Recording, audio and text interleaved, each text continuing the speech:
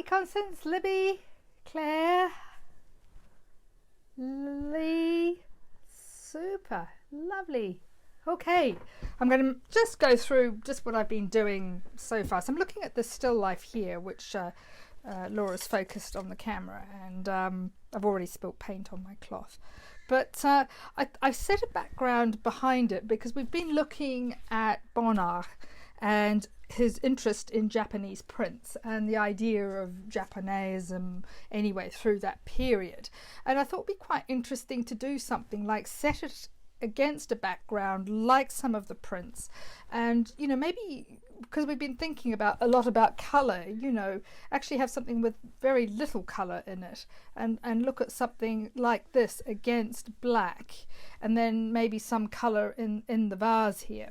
I don't know how many of you did that do I paint like the color of my wardrobe exercise yesterday. But this is probably my wardrobe as well. But we do gravitate to colors that we know and love, and that's just fine. That's part of our identity, so probably we shouldn't fight that. So, but I was quite interested in this idea of things set against a dark background, just as an idea for design. Whether I add the green leaves, I'm not sure, but I'm just going to go with a kind of a very designery kind of setup to start with, and so I'm just hoping that it'll flow on from the colour work that we did with Bonnard, but maybe think a bit about Matisse and the way he was using cutout shapes and placing that against different coloured backgrounds. So I've blocked in the basic composition here because that takes a little time to kind of play around and see what you might like. It might still change. I've popped that sort of table edge here, trying to just get placement. I didn't want the vase in the middle, but I did want perhaps the dried flowers extending beyond the boundary, and we have shade here, so that's part of it. So I've kind of just given that a dark and light contrast and the vase, and I'm hoping to use a little bit of this linen colour and leave it, because I think that's part of the fun of using something like this surface, is to leave a little bit not painted on. And where I've done that in other paintings, it's been really successful, and I've enjoyed that. So let's get started. I'm just going to perhaps block in some of the stems. So we've got a palette here today. It's quite minimal. So I've just mixed a minimal palette here. I've got transparent yellow oxide, I've got yellow ochre, I've got raw umber. So I have the shades of brown, and to that I can add either peachy colours, for where the dried flowers are, or I've got that Williamsburg extra pale yellow. So that's also could be quite useful, and probably useful on the vase as well. So that's a very limited palette today, and then I'll add the blue and things later. But I think the main thing is to how do we paint something like these flowers which are dry. I think it's just building up a little bit from the back to the front again, and starting. Now I'm not using cold wax today, but I have got a little bit of the cold wax painting medium, just if I need to just loosen that up. So as I say, I'm working from the back. Now I have added a tiny little bit of manganese violet into this as well, just to keep it dark. So I'm not really thinking of the plants at the moment, but I'm going to block in the darks where I see them. I've got a soft brush as well, so I can just do that quite gently. So a little bit of artistic license too with moving things around. It's just sort of setting it up for the camera. This was the most convenient sort of way. So now, when you're looking at something quite complex like this, one thing is to sort of think of the overall form of the shape of what we're working with, because it's lots and lots of little things together and it looks very bitsy. So, you know, if we just sort of think of it as one mass, it'll make it a little easier for us. So, for example, the shape here on this side, you know, I'm going to think of just a mass here. And then there's one in the front, just in there. And then there's one here that's sort of coming down. Now I'm going to actually invent it so it breaks the horizon line there. Though from my view it doesn't, but I'm going to make that up. So I think that's quite important that that sort of comes in over there.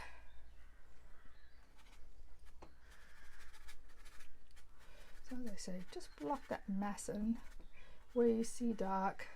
And squinting is really good for this as well. So you can really measure how dark something is. This is actually the darkest bit here. That bit is quite dark. And there's another dark one in there. And something dark in there. It's not so dark on this side, but I'll pop that in for the moment. And that. And then we have some warmer coloured darks here. So I'm going to add a bit more transparent yellow oxide to that and mix a slightly warmer mixture. So I've been using this, and now I'm going to a slightly warmer colour. Has just a little bit more yellow ochre in it. And come and build some of the brownier colours in here. So as I say, don't worry about what it is, just look at the form of the dried hydrangeas. Wherever I can see that, see if I can put that in.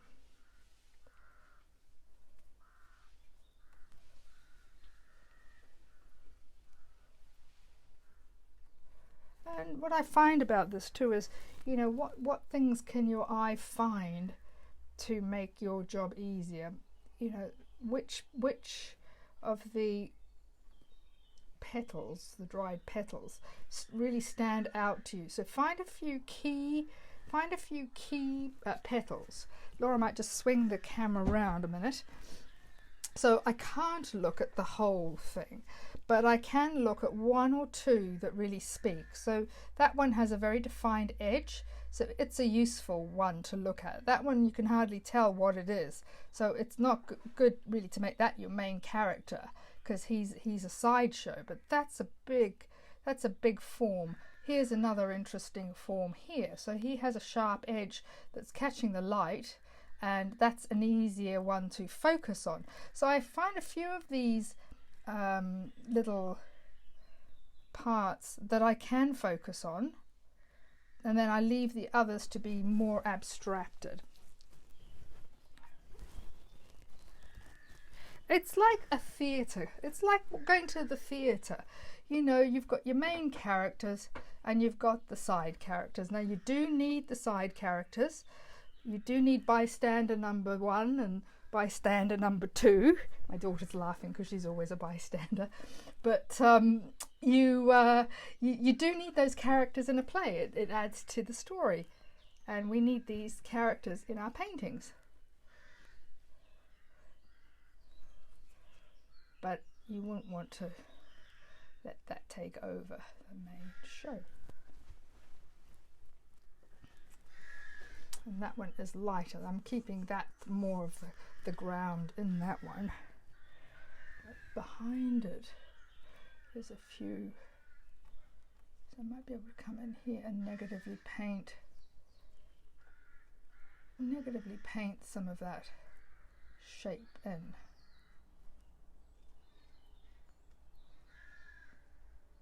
So I'm defining the form by painting around the subject, not the subject itself.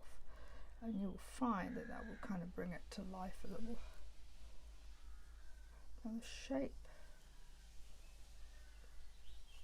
has a kind of triangulated triangulated form. Again, I'm working from dark to light here, so I've placed these darks in. There's no white at all in the paint that I'm using at this moment. I'm just using all colour without white, just so I can play around with this transparency.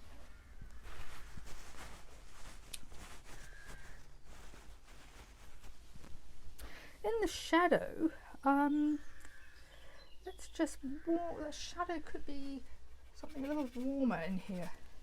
So I'm just going to add a little bit of that raw umber with the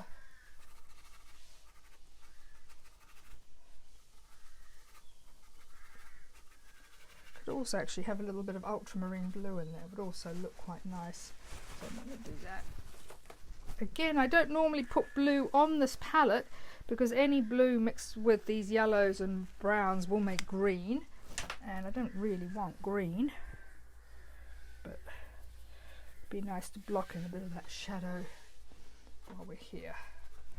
There we go. So just blocking the shadow colour, because the actual black board is different on the shadow that it is. It'll be slightly. And where else have we got it? So we've actually got it up here as well.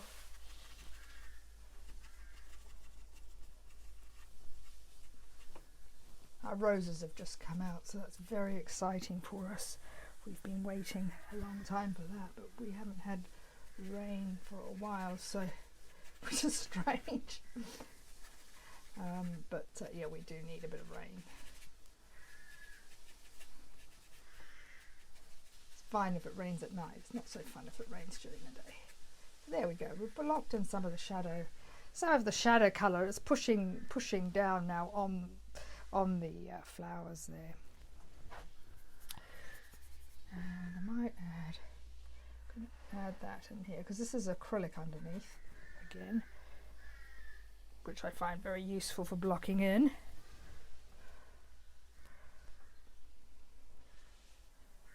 And I'm going to just bring that shadow colour here and there.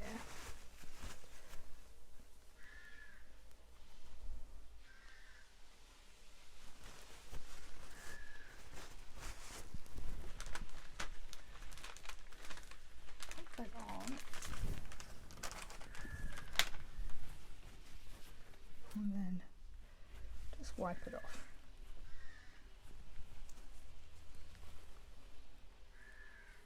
You can wipe to the edge as well, just soften that edge.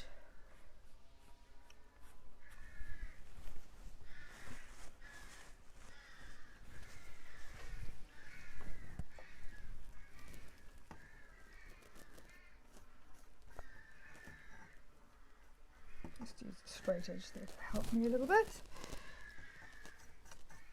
Just run some in down the bottom here as well.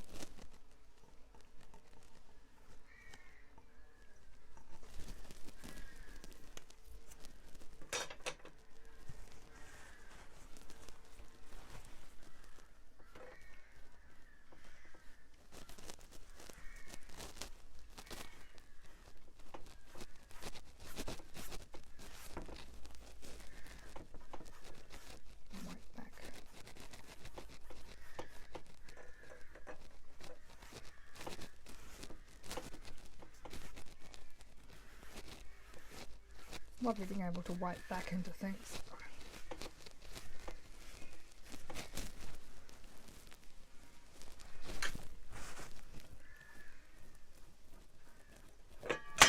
Oops.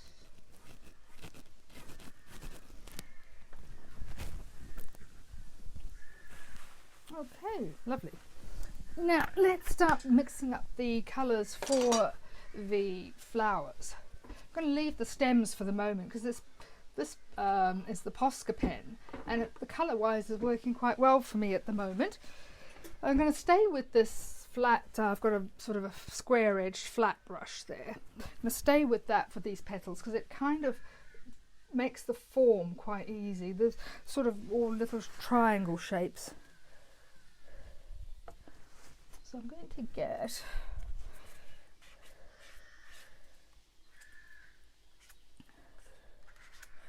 quite nice if you can work with 3 values again.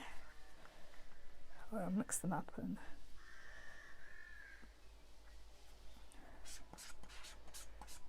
so we need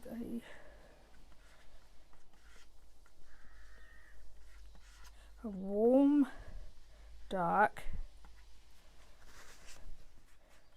cool mid,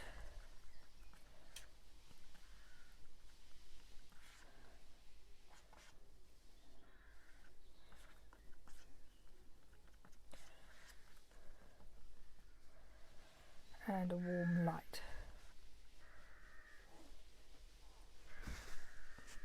So I'll show you that I've mixed up without spilling anything. Okay, so I've got a warm dark, might make that a tiny bit darker, a warm dark, a cool mid, and a warm light. I can make that a little shade lighter as well by adding more white into that, but I might keep that for the time being. But you can see here that the color values are very close together. All right, they're actually very, very light colors. The dark color isn't very dark at all. We've put in a lot of the darks anyway already, so when we were doing our little scenery thing, road thing that we did the other day, we had 5 values, so these are probably coming up to about 4, 3 and 2. So we've got 1 or 0 here, and that's really not very dark at all. And it's quite nice to have that mixed up beforehand, because you sort of run out of scope sometimes for mixing these things, and you think, oh, I've just gone too dark, I'm going to have to lighten it up. But you know, we have all the darks we need down there really, so really now we are just placing. Georgina says, great, just like my clothes, love it. Dear. I know. I have to confess, Gina, I was thinking about you for this demo. I just thought I haven't really offered you very much with the bright colours. I did feel a bit mean. Lee says, extra pale yellow was my favourite. It's such a versatile colour. You can see this, as I say, I'm keeping the linen underneath because it already is part of the colour of what we want. And I'm just using a dry brush to drag over these shapes. So I'm thinking shape all the time. Very, very gently. Now as it tips over here, it's getting cooler behind. It's warmer towards the front and it gets cooler behind where we can't see it. So, you know, we don't need too much as it's going over that way. You know, just finding the right brushes too. Now I could use a stiffer brush. That would also give you an interesting you know, mark. I'll use a stiffer brush and show you. So if I was using a stiffer brush, you can see that I get perhaps a little bit more of the background showing through. So it's quite nice to sort of swap your brushes around for, you know, for the things that are further away and you want to leave more of the underpainting, you know, use a stiffer brush,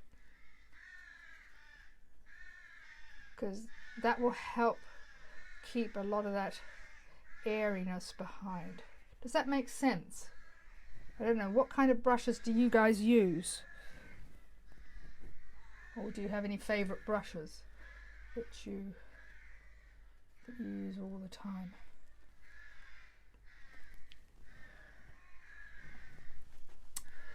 If you've got these dried hydrangeas left, you know, they are a great subject. And it's good practice, because, you know, so often, you know, colour is a get out of jail free card, I say, because you can solve something by sticking some crazy color on it and saying, wow, isn't that great, I did that. But when you work with these neutrals, you haven't got that. You've got to work with composition and tone, and that's a little harder. It's a lot harder, actually. Really concentrate.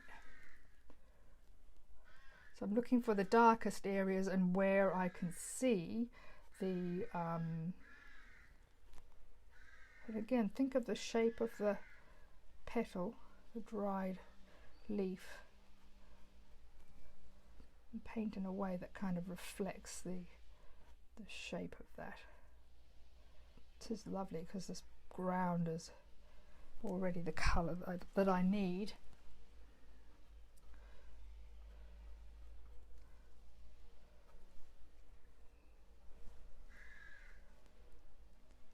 Don't be afraid to make marks, because it's that sort of more energetic thing that really catches your eye. Don't be afraid. It's just paint.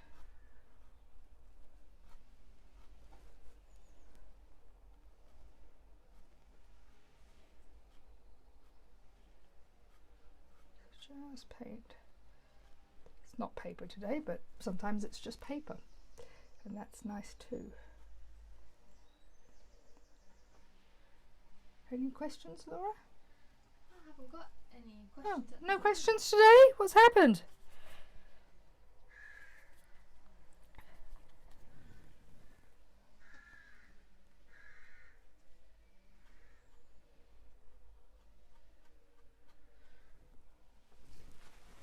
So what we said at lunchtime. What was that? Oh, I've forgotten. you're open to suggestions for ideas for the next live stream. Oh yeah. Laura was sort of suggested, that some of you guys might have ideas that you want to do for the live stream. I mean, obviously we're heading out of lockdown now, so people are getting back to their routines, but some of us are still plugging along here. If there is something you'd really like me to cover, obviously I'm going to do glazing at some stage in the next couple of weeks, and I'll send you all out emails about that and how that's going to work. I've got to really sit down and put my mind to that because it's a little complicated. But we'll we can get onto that and learn that as a technique, or other things. If there's other things that you guys want to do, then that's good too. But please drop me a line. My email is the most reliable for getting hold of me. So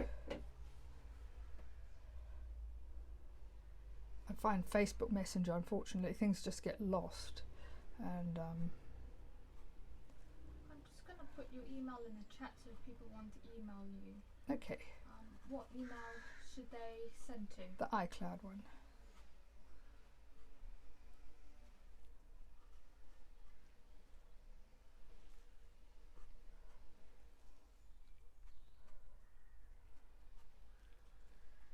Nikki.keenan@icloud.com. That's correct. So again, very scratchy here because this is going off into the distance at the back, so it doesn't need as much description as these ones in the front. You can see that paint's a lot thicker, and I'll come in with lighter colours there as well. And let's do this guy on the edge.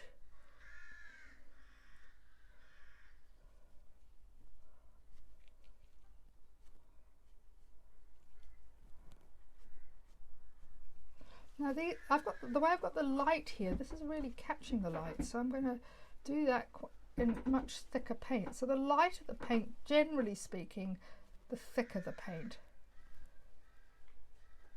So the darks are quite thin. And what is really nice is because the transparent umber and yellow oxide is still wet, as I run this lighter colour into it, it's creating another blend of colour. So I don't actually have to put anything in too dark. So that's really working to my advantage as well. Oh, Lee's already put in a request. Oh, Lee! How to scratch Mark like Mickey Heenan. You scratch better than anyone I know. Scratch, scratch, scratch. Yeah, that's true. You could do that as well while it's still wet. You could actually scratch into that, which very good thinking. But you could. Now, it's not so effective. I will say that that technique is not so effective on linen, because linen has very long fibres and it's a bit harder to do that. Acrylic through on the canvas is all right, but linen it's a bit harder, and this is also on a board. Because I use cold wax, I have to paint on a solid surface, though I haven't got wax in this one today. Okay, that's that mid colour. Let's go for the cool. Now, where I want this plant to turn, it's going to be cool. So it's going to be cool. You could hardly see it probably on the camera, but it will look quite strong where we want that to turn. So holding your brush like that and just using the side of it sometimes can help.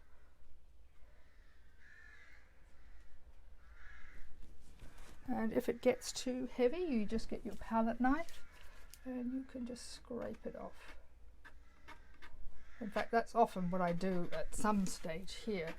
You know, I would just get that palette knife and just scrape it and clean each time I take it off. And that's another way of scumbling and blending, actually, is just to use your palette knife and scrape the paint off. But it creates an interesting glow. That's starting to look good.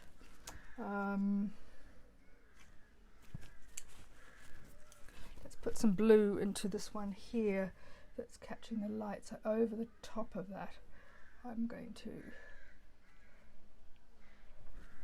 put that bluish white here.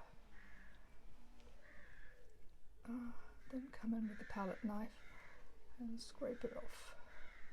So I've put it on, and I'm looking at the direction of the flower, and I come in and I scrape it off. But because it's linen, all the paint hides in the long fibres, and you get this wonderful sort of halo effect that starts to build up. As one thing leads off another.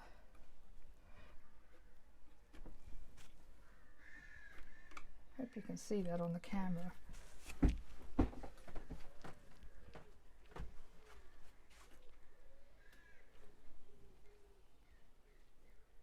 Brilliant.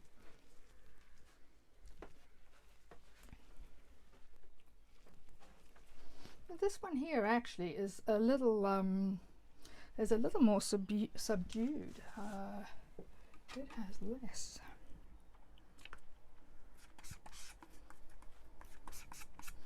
I'm just going to add a little yellow ochre.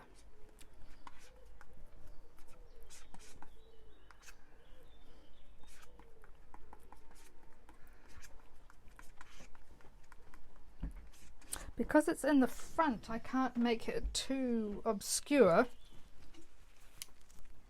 So I do need to have a little bit of depth to it. I'm just going to grab some more white.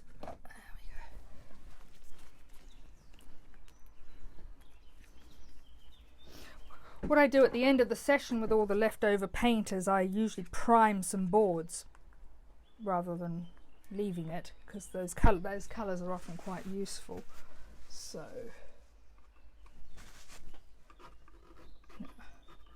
because I want this to be a little sort of scratchy in the front. So again, I might use my palette knife for that. Just can't quite see them anyway, they're so thin.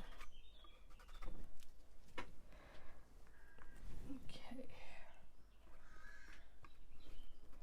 let's put that one in front of the vase, and let's put this one here also in front of the vase.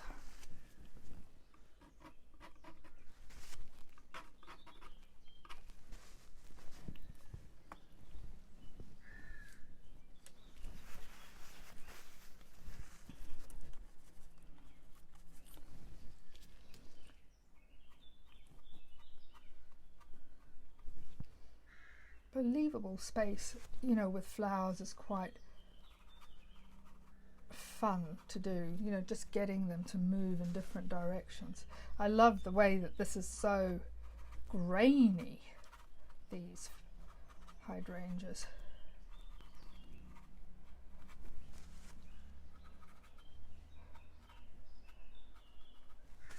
Okay, I think we're ready to tackle a bit of the vase now, which is good.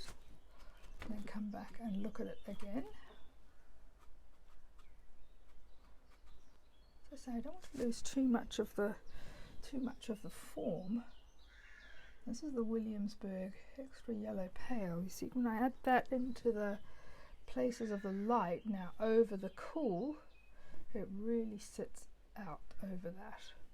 But you know, it's so subtle, you have to really work on mixing those colour values to get that to happen. If you don't get the values right in the warms and the cools, that won't read at all. And this is close to us as well. Let's make that a defined shape. That one too. So some of these have more of a triangular shape, which is what we want. Okay.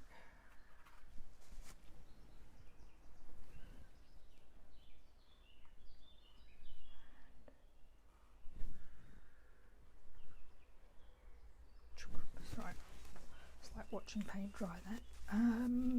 Now let's get involved in the vase here.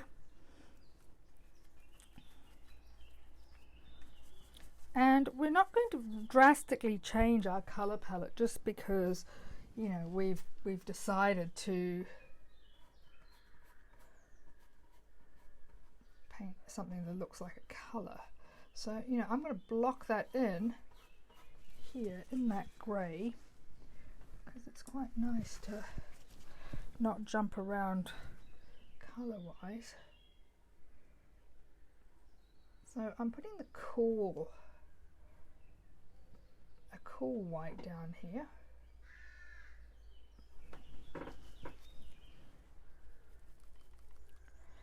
Then I'm coming in with a warm just in here. As that's coming there, catching the light.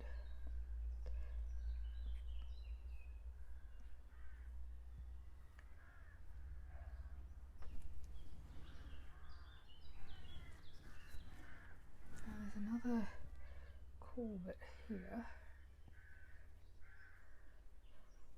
I'm sort of skirting around the pattern a little bit because that's going to be a blue. And that's cool in here.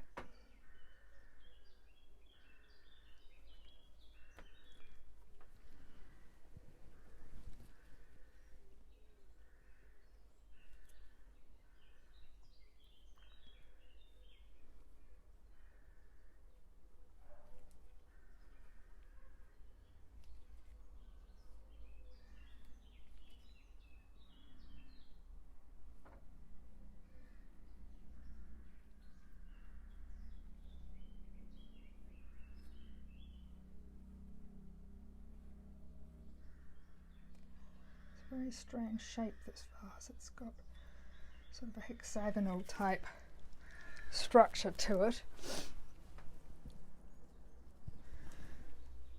So I'm really just coming in now where it's warm. Just got a bit more of that Williamsburg colour to come around and cut in to that shape.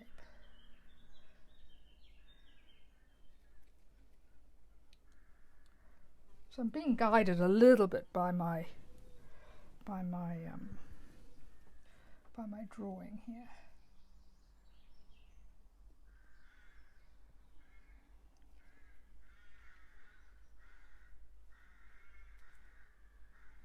I normally use a bit of a straight edge to get that right. Okay, do the underneath here, which is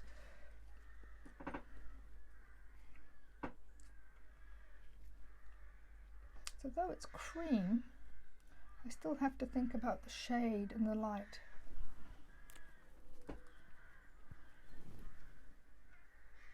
So there's a difference between local colour and mixing up colour just for tone, which is what this is at the moment. So the tone is just so I can get the values of light and dark. Just pop that down there. So I can get the values of light and dark just to start with. Now, I'm going to start adding in the patterns. I'm not going to add in all the pinks today. I'm just going to do the blues. I'm just going to stay with a very, very strict colour palette here, because I think if I add the pinks in, it might just get a little carried away. Then I'll finish the background. So let's get in with a bit of that blue.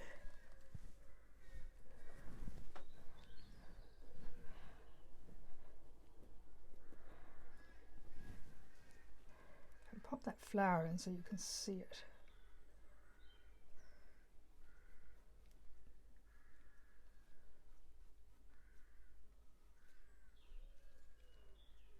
So the way you can help yourself is by making strokes in the direction of the thing you're painting. And it'll just help you to get that form. And I might even leave, you know, a little bit of that underpainting drawing in there as well. It's just helpful.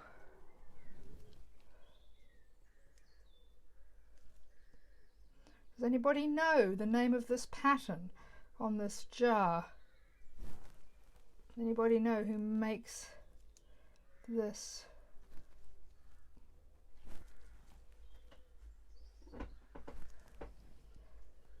How old it is?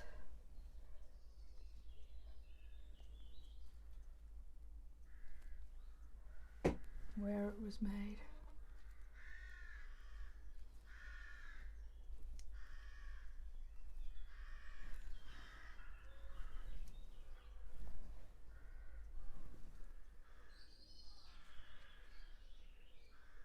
I was passing an antique shop in Tetbury.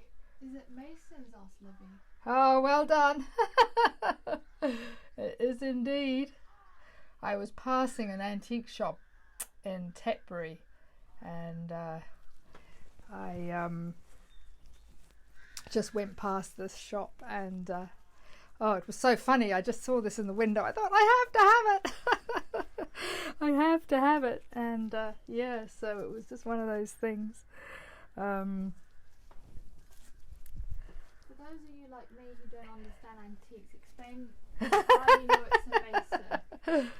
Oh, how do I know? Yes. It's on the underneath of the vase. Oh, that's cheating. But if you were just to look at the outside, how would you know?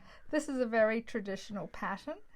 It's called Peacock, and there's another one very similar that's called Regency. They were made around that sort of. This is from the 1940s, I think, 1930s, 1940s. Ironstone. It was very, very popular. I think ordinary. This must have been a wedding present, because someone had a whole set of it, and. Libby says my mother has the same one. Oh, does she? I love this. We use it every day, Libby. We eat off, don't we, Laura? The plates. Yeah, we love it. Teacups, the bowls. Yeah, we eat off this every day. It's just our thing. It's just our little bit of luxury. Our little bit of luxury.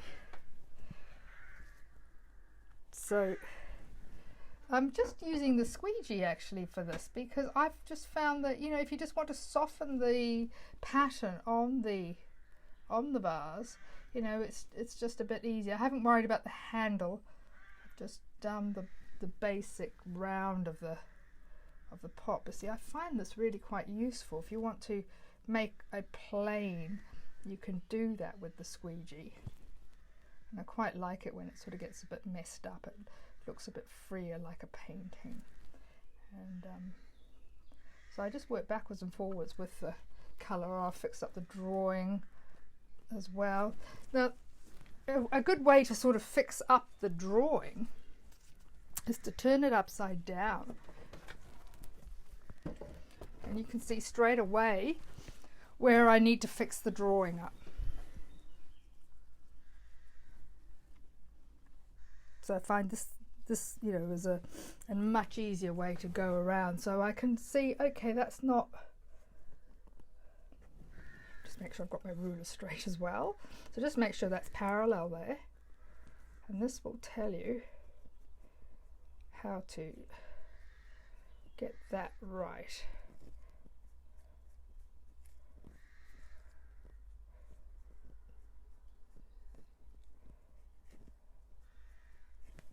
As I say, I don't sort of worry too much about the pattern at this stage, but just looking at it like that will help. Just bring that a bit more like that. And again, I can do that for the edge of the vase. I can come back in here. I could make that, and it gives me a much better idea of the shape. So I can fix the shape by doing that. I don't know if you do that yourselves, but I just find that really useful. Now I can cut in to that shape with a dark once I've got that sort of set up. Okay, set that up.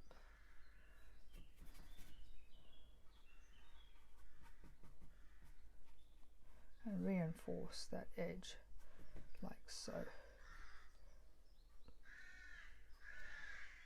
So now I'm not too worried about how that kind of measures up there, because I know upside down it looks right. So hopefully when I turn it, just get that colour. Whatever's on the brush, you know, just run it over in other places where you think, you know, it might be needed.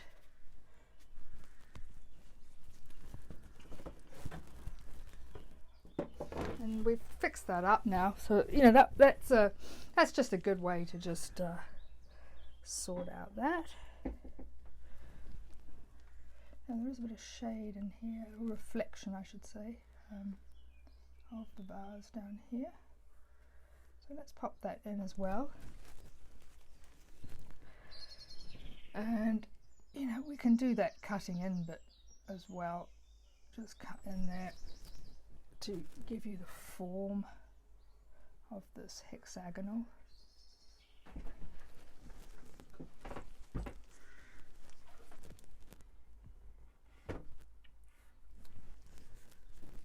Okay, right.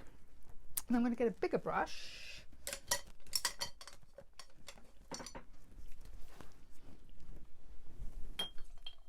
Sure it's clean.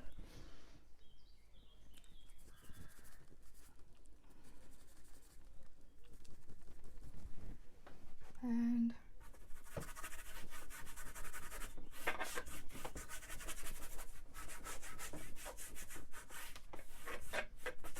as if it was sort of like a tablecloth or something.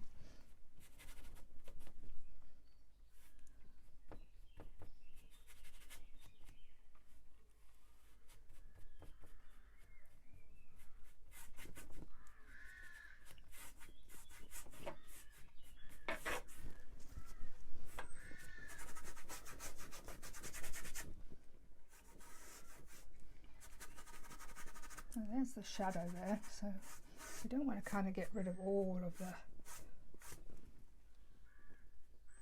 that brown underneath, but it's quite nice to turn that upside down. And I'm going to wipe out the lines on that cloth.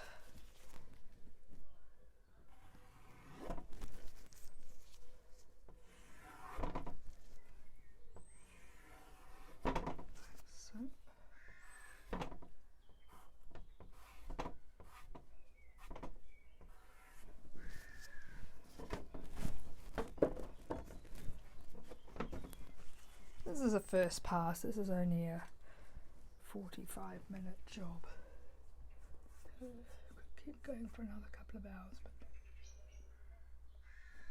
and just having a look at the way that shadow works. I think we wiped it out once before, so let's do that again. I am finding that baby wipes are now a lot more watery. They're always the most ideal things to work with oils. Just soften that across there. And, you know, just kind of make the brush a little loose. It can look a little formal. So that's pretty much our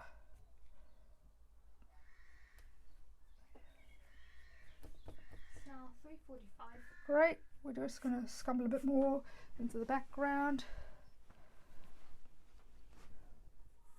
If you want to come in with a little stronger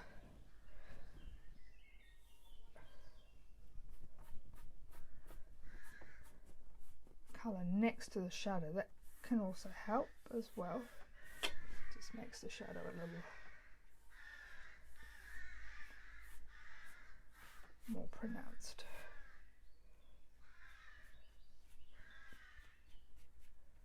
I didn't want to destroy that edge and bring it back in later as the light's coming across there.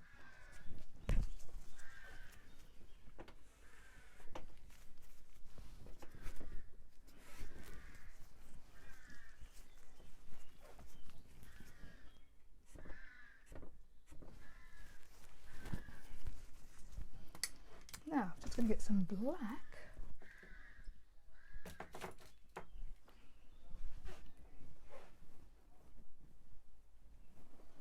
Oh, Where's your bucket?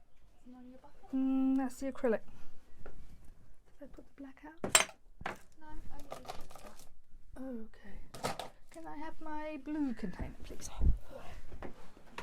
Just watch it because it's very heavy, so the lid comes off it and then it will spill out. Okay, so I've got a Michael Harding's Lamp Black, but there are so many different blacks, and one of the exercises that I sometimes get my classes to do is to do an exercise in the different blacks to just see what happens when you use the difference between lamp black, vine black. They're all made out of different materials.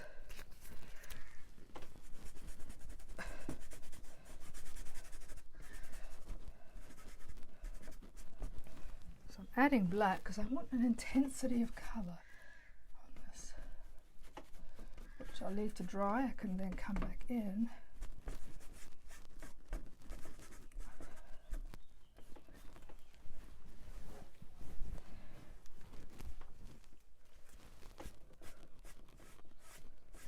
Down into the back of the table so that there's some transition between the dark and the light.